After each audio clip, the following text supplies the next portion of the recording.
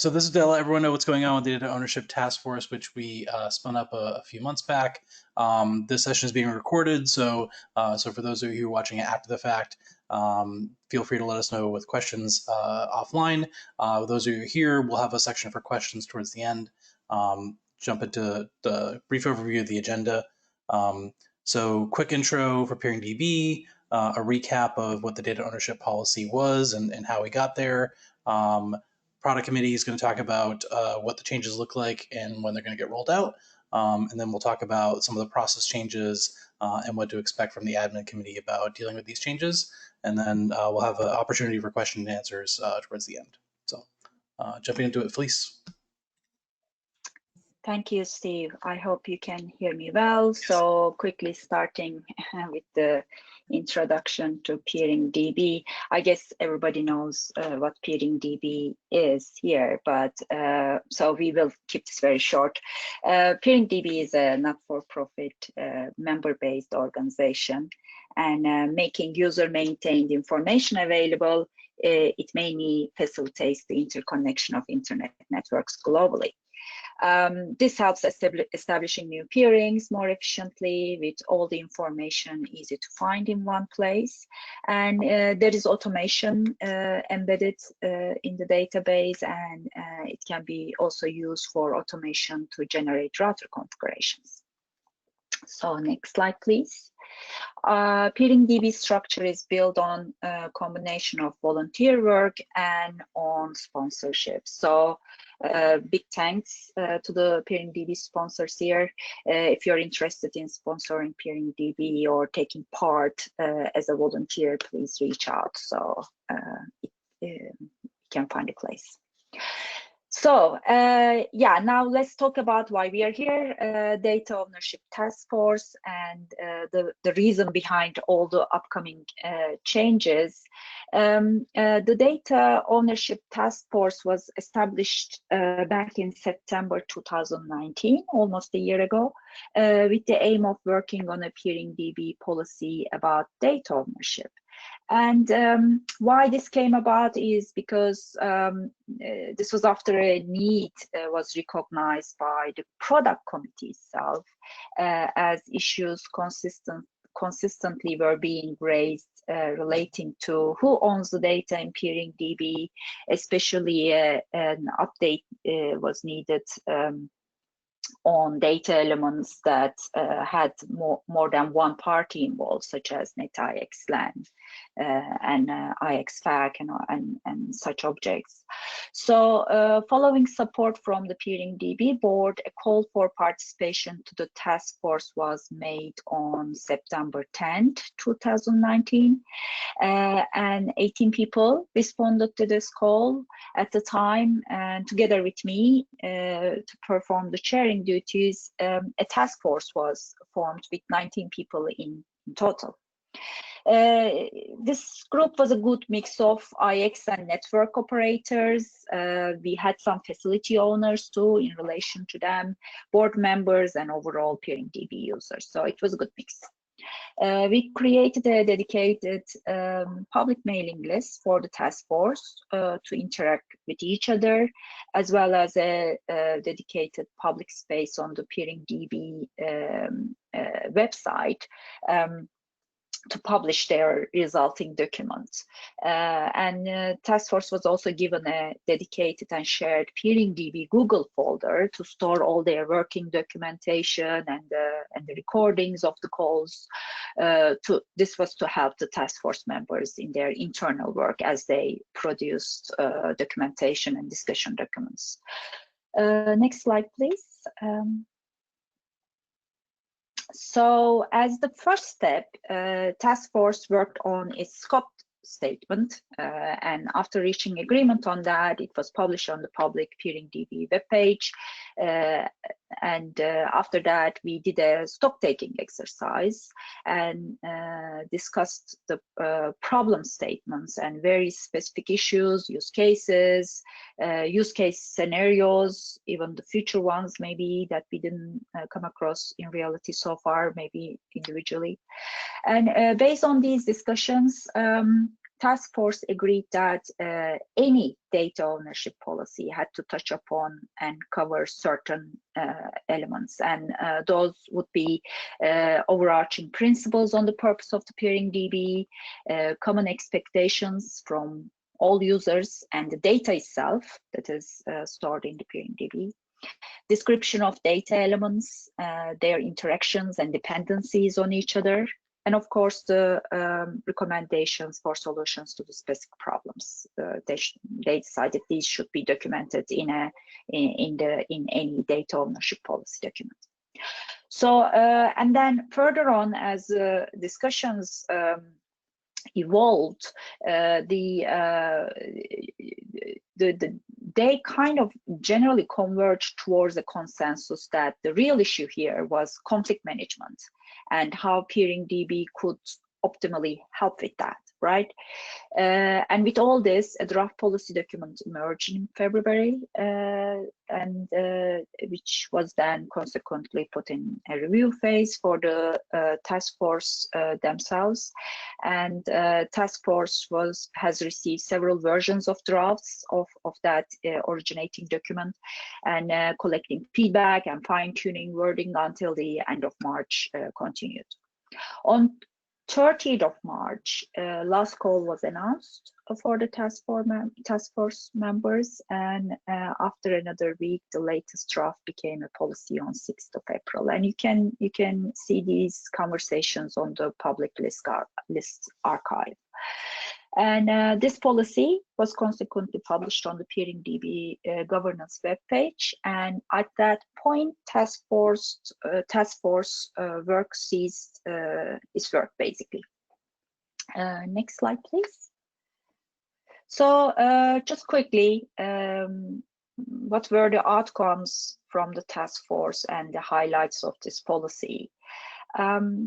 Firstly, it was recognized that deletion of or alteration of FAC, IX, IXLAN, IXP effects data elements have further consequences, of course, and this was duly noted.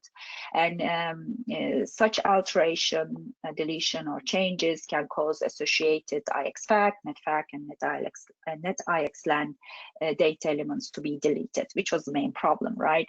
And so task force recommended that PeeringDB to be modified to prevent such disruptive changes to these data elements when they have one or more dependent data elements on them. And these are mainly recorded or documented in sections 5 and 7 of the policy document, which is linked on this slide you see. Another recommendation was that when needed, the removal of dependent data elements should be coordinated in a much better way, and that should be done by the admin committee, and by the policy now. Admin committee is empowered to mediate a resolution process. These details again are in the document, section 6 and 7. Specifically in relation to IXF importer, which was the main reason this whole effort started, right? The task force recommended that PeeringDB employ user interface methods and email notifications to encourage data harmony between a network and an internet exchange point, as a means of expediting resolution and decreasing the burdens on the admin committee too. So that will happen, and you can find the details about that in section 6. Task force also recommended that the admin committee, of course, then should be empowered, and the charter should be amended to include all these general dispute resolution procedure and expectations from them that covers data ownership in addition to the other potential disputes. And this is mainly noted in section 3.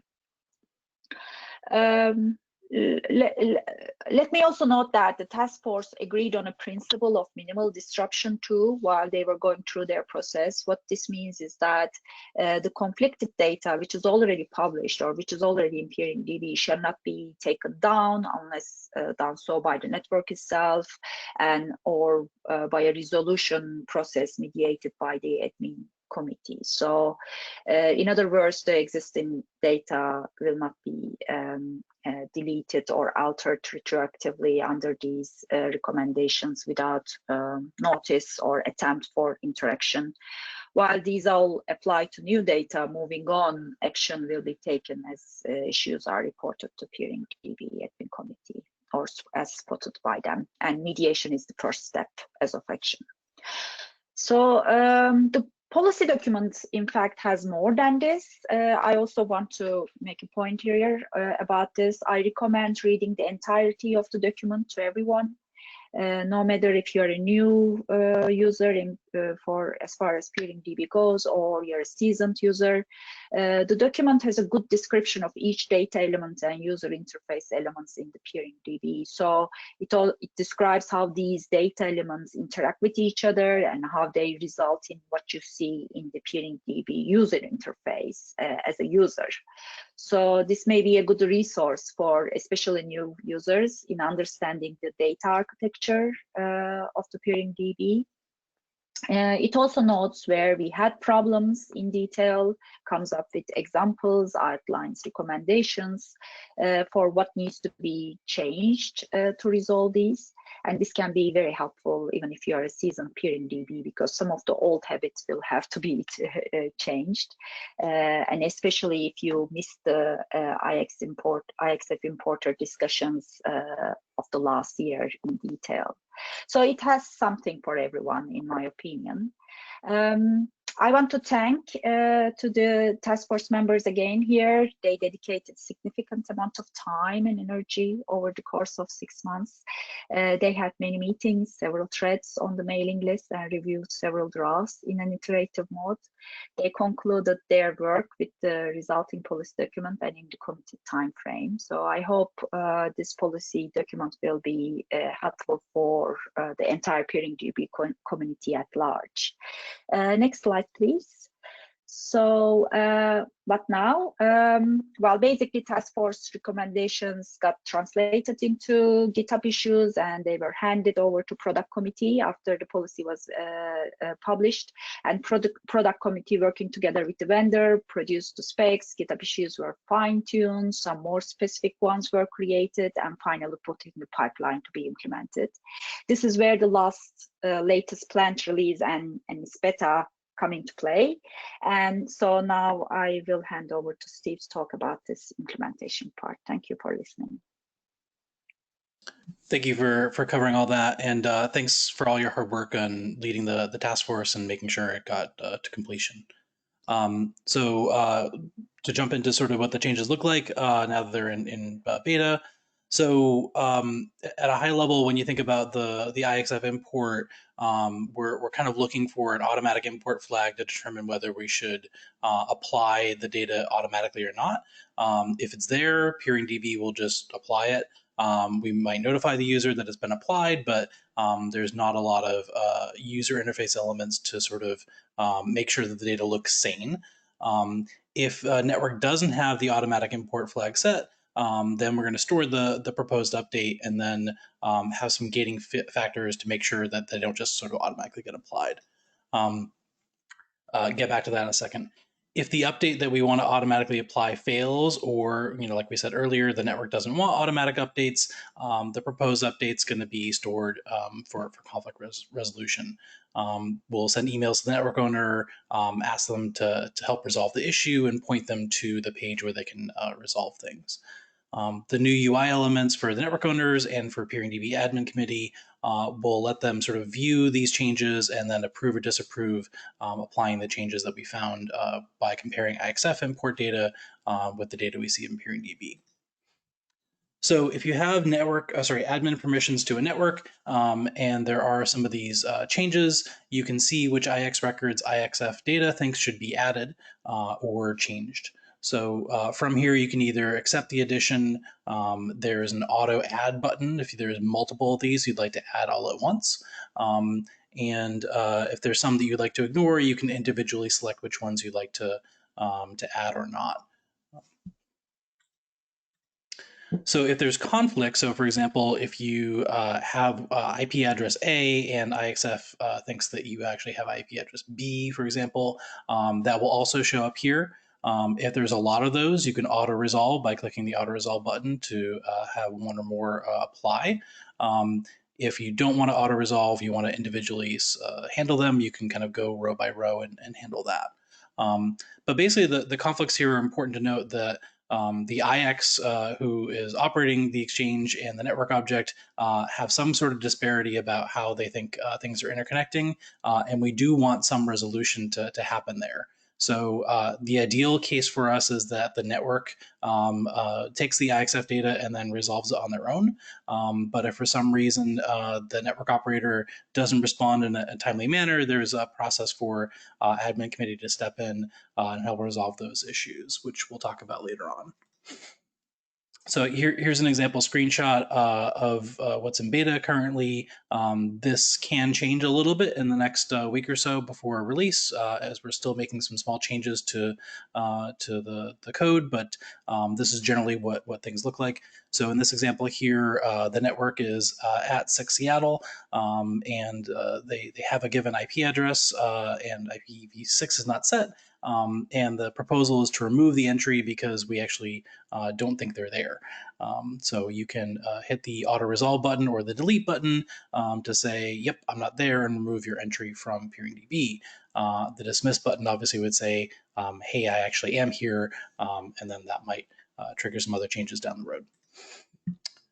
So for functionality changes, the org, facility, IX, and IXLAN objects are protected against deletion as long as they're referenced in some way. So we try to make sure that any operational data, like connections to an exchange, are not deleted by mistake.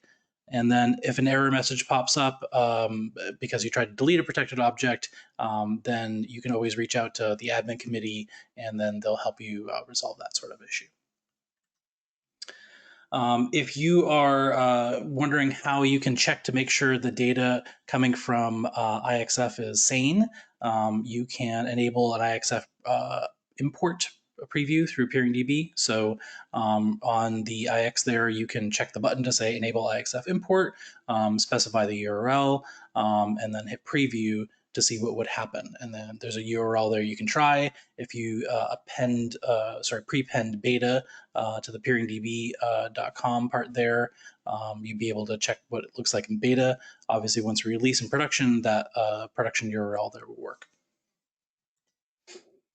So for networks, it's a good idea to kind of give your peers a heads up when you're connecting to an exchange. The idea here is that a lot of people are eager to put their PeeringDB entries for a given exchange before they're actually there and operational. Like maybe they've got plans to show up there, or they've been assigned an IP address, but their gear is not going to be lit up for several weeks or months. So we have an operational checkbox that you can check to indicate whether you are expected to be live at the exchange or whether it's sort of a coming attraction for your presence at the exchange in the future. For addresses, make sure that you and the exchange agree on the type and value of the address. If you don't use IPv4 or you don't use IPv6, request your exchange to publish it, to not publish that either.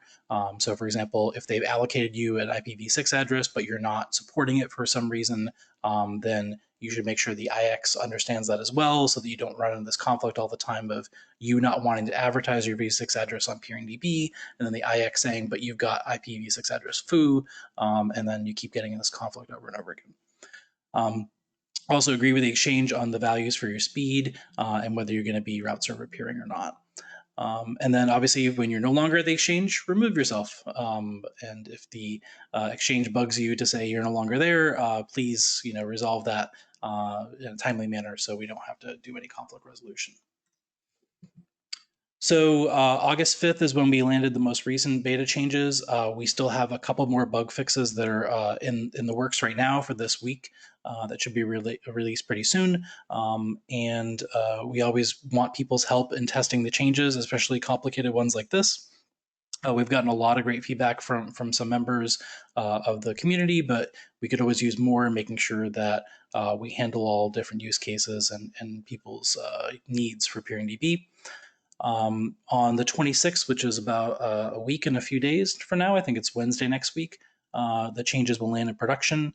So we need everyone's help to make sure that everything works correctly. So the common pattern we see is that people won't always necessarily test super thoroughly in beta, but then when we test them, when we land in production, people will test pretty thoroughly because they'll find problems. So don't be shy about letting us know about problems you ran into.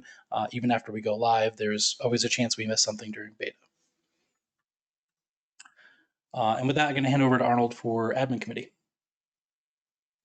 Yeah, thanks, Steve. So next slide, please.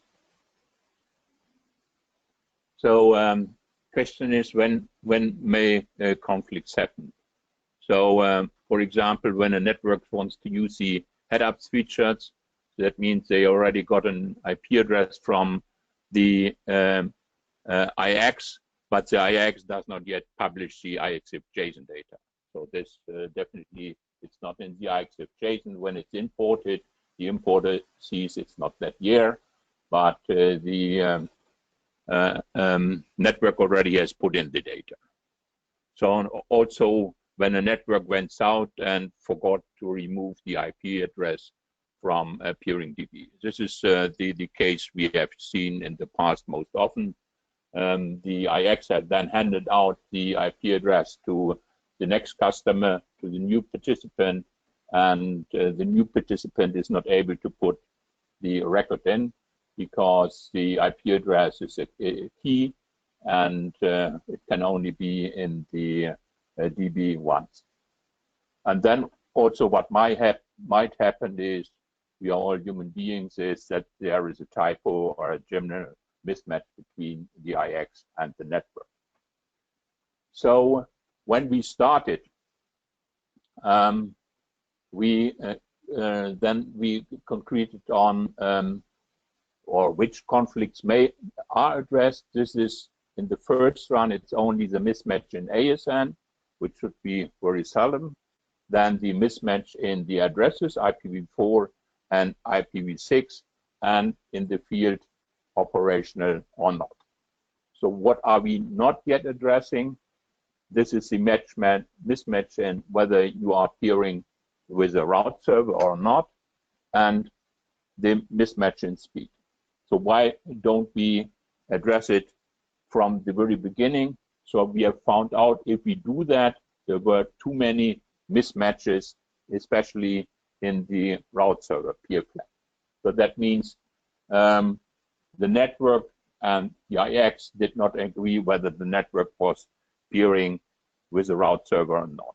And to not flood you with too many messages, we decided to address this message not from the very beginning. So next slide, please.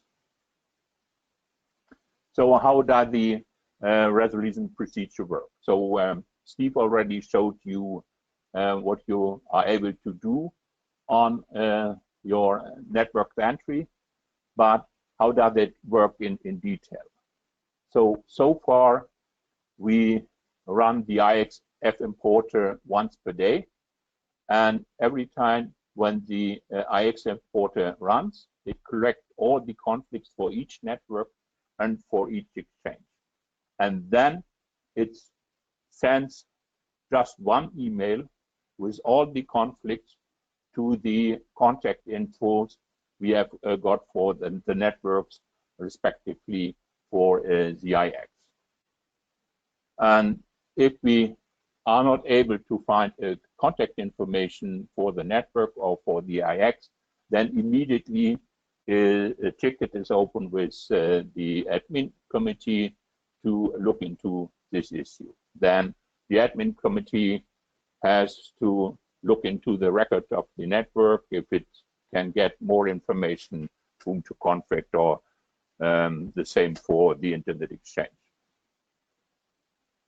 So the idea of sending an email with all the conflict is that the networks and exchanges should try to resolve the conflict first.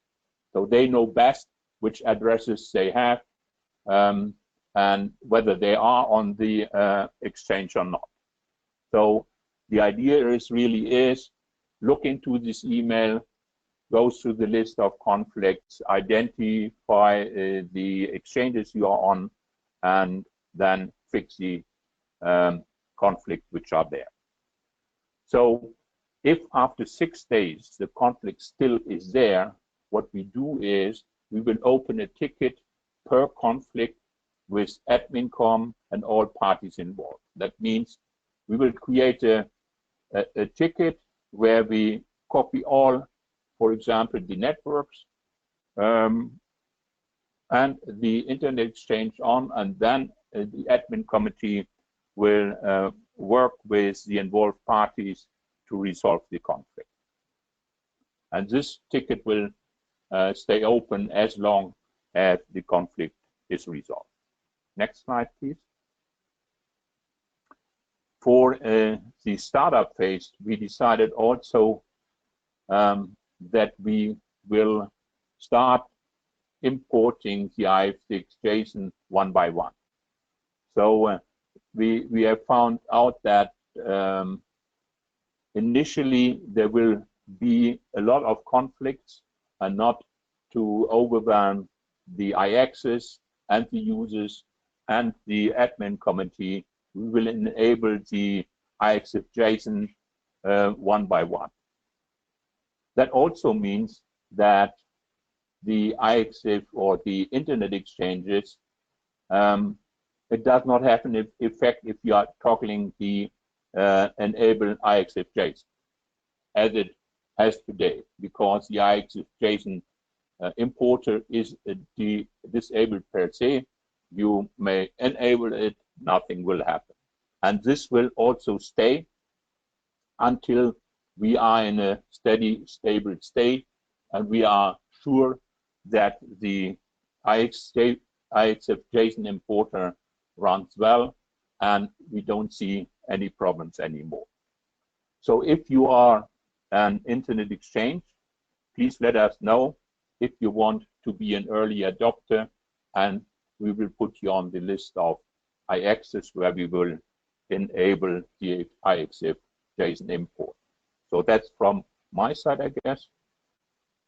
And next slide, and I guess we are through and now open for questions. Yep, thanks, Arnold. I hand back to Steve.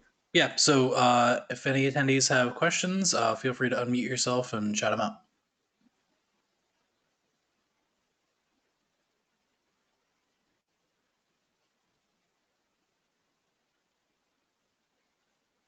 So it's only Leo or Tim.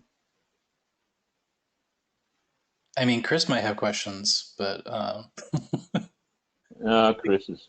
I think he's Chris, pretty involved already. Hi, Tim here. I actually have a little question.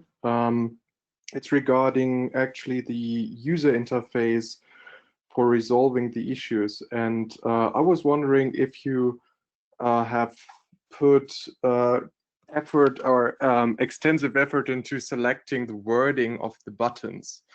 That sounds a little bit nitpicky, but or might sound a little bit nitpicky, but I noticed that I was not immediately, when looking at the interface, it was not immediately clear to me what each button was doing, like delete or dismiss. I think that was, yeah, for example, here the delete or dismiss button. So and also auto resolve. I think what it does is it actually resolves by taking the data from the IXF JSON. Auto add also adds the data from the IXF JSON. So I was just, that was the only thing I was stumbling across, is more or less if the interface was already designed, or if there might be room for improvements? I mean, there's always room for improvement is the answer. Yeah, I think, adding tooltips to indicate whether, where this is coming from, like you said, in this case, from IXF, or changing the language is always something we're open to doing. None of these things are, we didn't spend months and months arguing over what to call this button, right? So, Okay, sure. yeah, if you have feedback over what we should call things or how to improve the UI, we're always welcome to hear your input. That's true for Okay. pretty much everything across PeeringDB. Yeah, sometimes it happens that there's actually like it's more designed by committee, and people settle on one solution because they can't get consensus on something else. That's why I was asking. But I'm happy to provide feedback. Thanks. Yeah, that'd be great. Thanks. Other questions or comments?